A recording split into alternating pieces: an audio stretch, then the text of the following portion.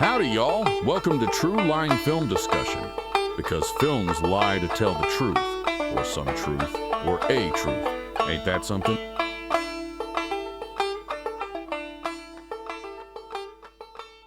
My thoughts here will be focused on what I consider to be the most interesting similarities and differences between Akira Kurosawa's High and Low and Spike Lee's Highest to Lowest.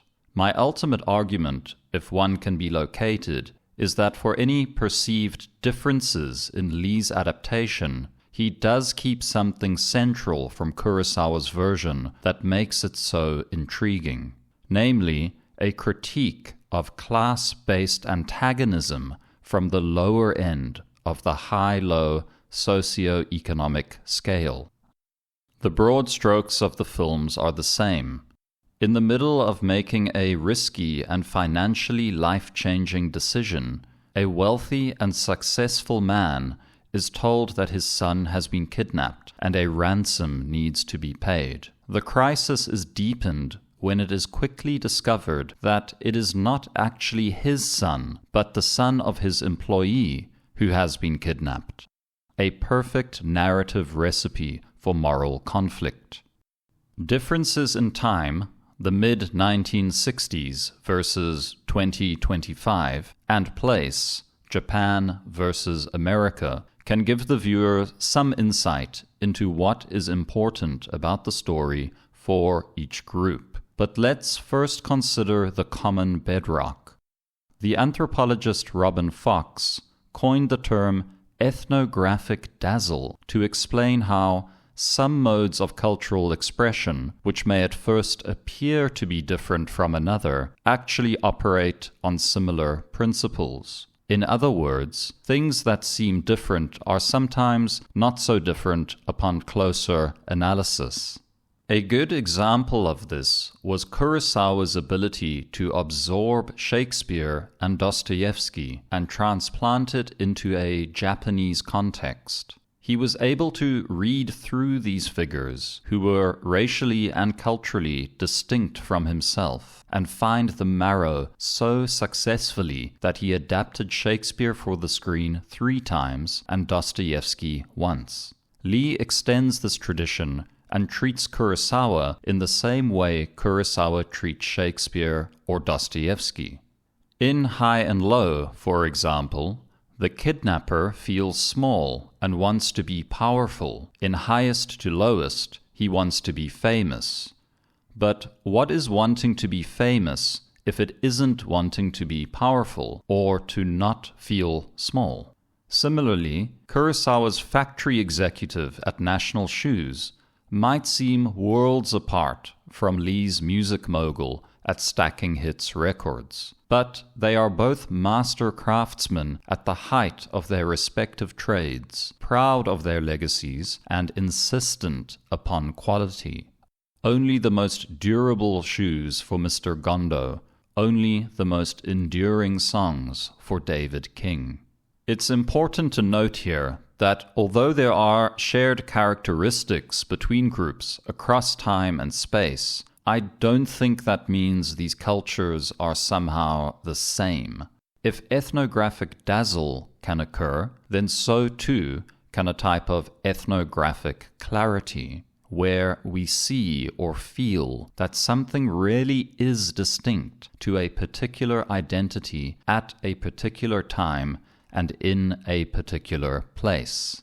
In Kurosawa's Throne of Blood, his version of Shakespeare's Macbeth, there is something so wonderfully peculiar about seeing the story unfold in feudal Japan, something so spectral and weird about seeing Lady Macbeth with shaved eyebrows and blackened teeth, something so transporting about its Japanese theatrical influences. The extent to which Spike Lee is able to transport us into ethnographic clarity will be up for each viewer to decide, but there is undoubtedly a cultural specificity to the African American culture on display in Highest to Lowest. We don't get the pleasure, for example, of hearing Toshiro Mifune being called, quote, a pussy-ass nigger, end quote, over the phone in High and Low, like we do Denzel Washington in Highest to Lowest. There is a masculine push and pull during the conversations between protagonist and antagonist that is drawn from decades of hip-hop and rap culture. In both films, the assistant whose son is kidnapped is a driver, but it's not really possible for this driver to be friends with Mr. Gondo in the same way it's possible for the driver to be friends with David King. Hierarchy is present in the latter relationship, but in the former it is more severe and plays out in painful and almost incommunicable ways. The assistant in Speak Your Mind America is more ready to do just that, compared with the assistant of hierarchical Japan, bowed in hopeful desperation. We see more examples of this clarity of difference when we consider the way police are represented. Kurosawa's film has the benefit of presenting a pre-internet mystery, but one that is still involving serious technological sophistication.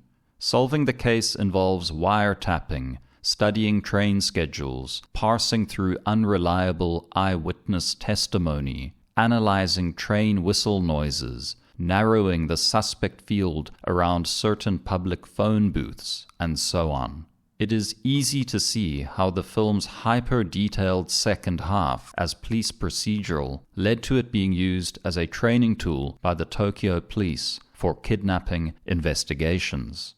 For Kurosawa, a big point is made of the tireless efforts undertaken by law enforcement and how apprehending the suspect is a matter of honor in service to the city at large and the victims in particular. We don't get the same attention to detail with Lee, whose story instead has our civilian protagonist getting fed up with the cops and deciding to take charge of the case himself.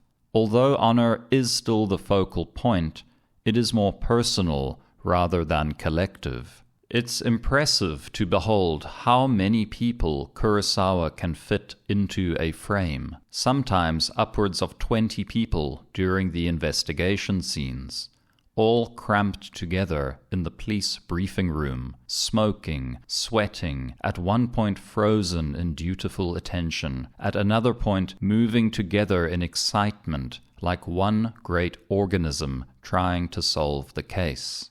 By comparison, the transition from kidnapping to police involvement in Highest to Lowest feels perfunctory. It may have actually been better if Lee had just copied this part from Kurosawa and tried to match it beat for beat. The police, so vital to Kurosawa's film, are throwaway clowns in Lee's film. Is this poor writing? Or is it a display of animus towards law enforcement that we might come to expect from African American culture? We might also expect a more obvious critique of class disparity. However, what we get is a change of course from the slew of Eat the Rich films of recent years. Highest to Lowest does not imagine all rich people to be like the dragon Smaug, sleeping on some pile of gold. It follows Kurosawa faithfully in this regard, even while it may have been more fashionable for it to settle for that easier target.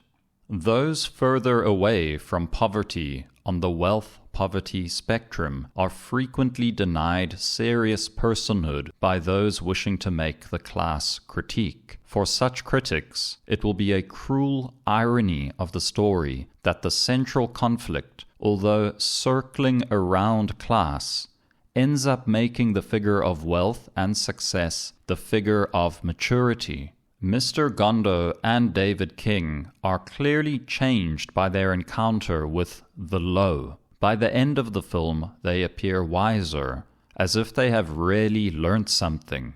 By contrast, the respective kidnappers appear more foolish, as if they have learnt very little. The kidnappers do not win some moral victory for being on the unfortunate end of the socio-economic high-low line. And although not without pity, Mr. Gondo and David King do not allow themselves to be emotionally hijacked by these figures either, who appear to us as warped by hatred by the time the denouement arrives.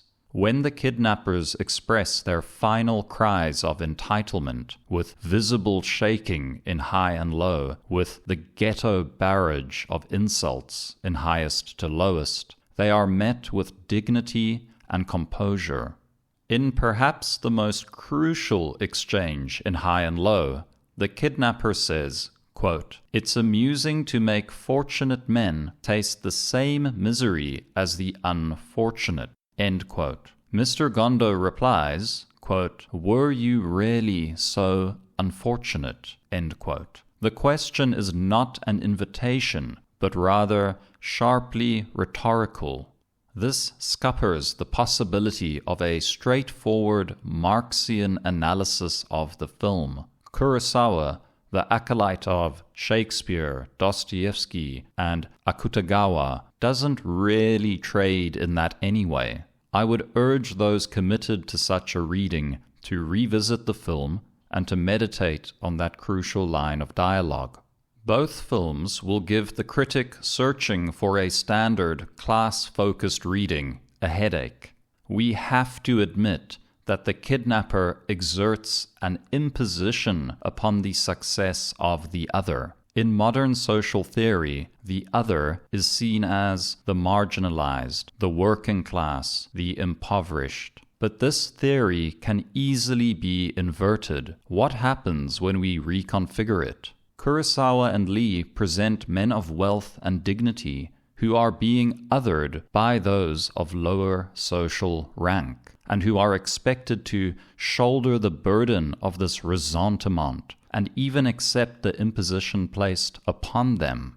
A shorthand description of high and low would mention a wealthy businessman, a botched kidnapping, and class inequality. This sounds about accurate, but it ignores the real substance of what the film has to say about class. The stance taken is that any appeal to class inequality does not excuse committing indignities against another, and does not justify the imposition of ressentiment. Kurosawa's moral view in the film, which Lee follows, is more in line with a type of common-sense conservatism than it is with any form of class radicalism. Although Kurosawa makes it clear that Mr. Gondo is no class tyrant, and the kidnapper is no mere victim of circumstance, this misunderstanding persists. This is surprising, given that Kurosawa's body of work shows him to be a tragedian or great dramatic humanist. Perhaps unsurprisingly, from an article in The Jacobin, critic Eileen Jones furthers this misunderstanding.